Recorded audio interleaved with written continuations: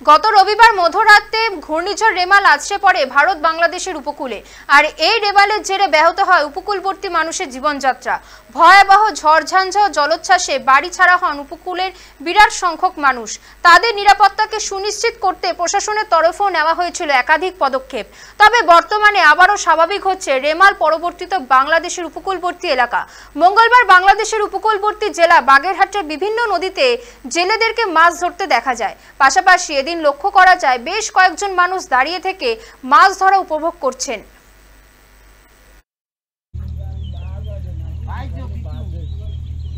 নদী, সমুদ্র আর জল এর সাথেই উপকূলের মানুষের গভীর মিতালি।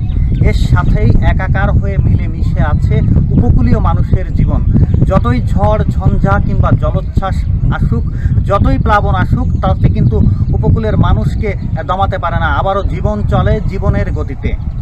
ঘের এবং ভেড়িবাঁধ নষ্ট হয়েছে, প্লাবন হয়েছে, তাতে কিন্তু অনেক ঘের ভেসে গেছে এবং যে কারণে নদীতে কিন্তু বেশ পরিমাণ মাছ এসেছে এবং তারা কিন্তু সেই মাছ ধরছেন।